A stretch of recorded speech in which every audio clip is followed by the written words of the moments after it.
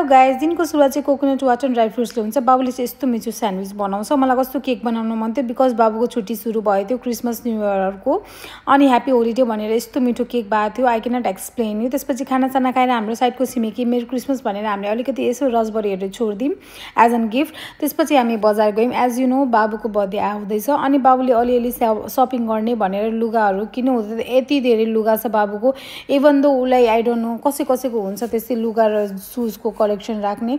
अनि बाबुले चाहिँ सुज किन्यो। अनि क्रिसमस ट्रीहरू कस्तो राम्रो देख्ने। क्रिसमस त सकिसकेको थियो, इभन दो क्रिसमस ट्रीहरू पनि स्टिल सिटीमा थियो।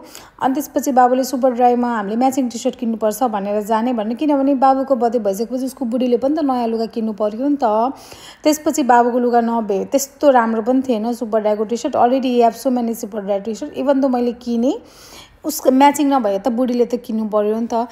त्यसपछि हामी उता बिरयानी खाने भनेर सिटीतिर कस्तो हुन्छ भनेर त्यहाँ एउटा रेस्टुरेन्ट गएको। यस्तो वर्स्ट बिरयानी थियो, मलाई नाम पनि सजेस्ट गर्न मन लागेन। यस्तो नराम्रो त कोही पनि नजाओस् त्यो बिरयानी खानालाई त्यो ठाउँमा।